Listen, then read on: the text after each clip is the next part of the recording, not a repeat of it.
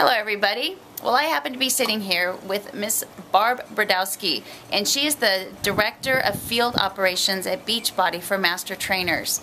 And I thought this was a great opportunity to sit and talk with her and ask her exactly what she's looking for when it comes to finding master trainers for Beachbody. She has that knack and that skill, and they call her the talent finder. So let's see what she has to say.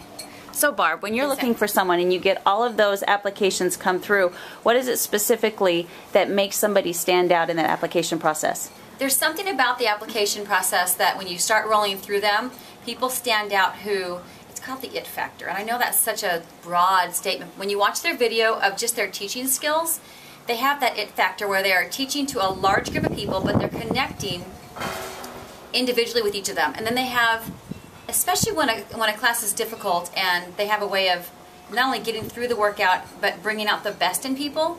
You know, like they teach, but it's not so much their workout, but they're bringing out the best, and you can see that in their videos.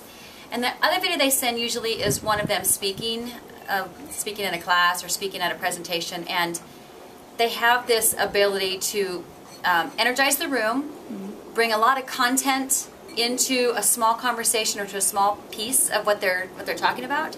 And I go back to that it factor. And it's just something that you can just see and you can feel, and really people can work on having that. It's just a matter of really dedicating yourself to knowing what you're presenting.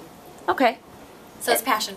I gotcha. And then the question that I get the most often from people who are really interested in becoming MTs is they notice on the application that there's very specific things that they have to reach, including having their AFA and ACE primary certification, and then having that 2 years experience in teaching. So is that something that they absolutely have to have in order to even consider being an MT, or is there... Well, ACE and AFA, yes, they have to, because in order to present and give out the CECs, you have to have ACE and AFA. So you can apply without having that, but then you have to get it. You have a small window, you have to get it before you present.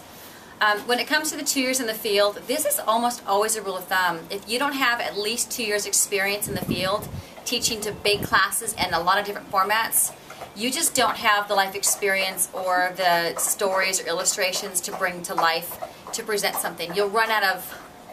The stuff you present becomes very wonkish and it becomes very dry unless you can pull from stories. When I taught here, this guy in my class did this, and that takes years. I love your dogs, by the way, they're my favorite.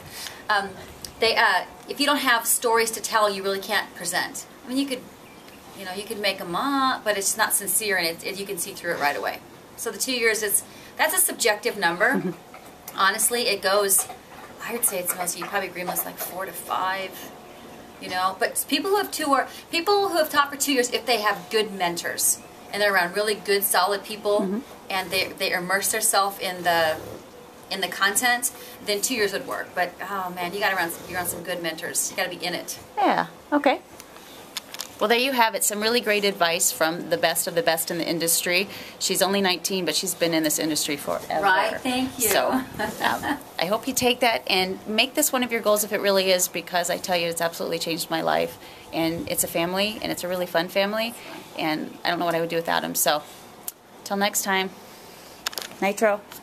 Nitro. Say bye-bye. Say bye. Bye, bicycle.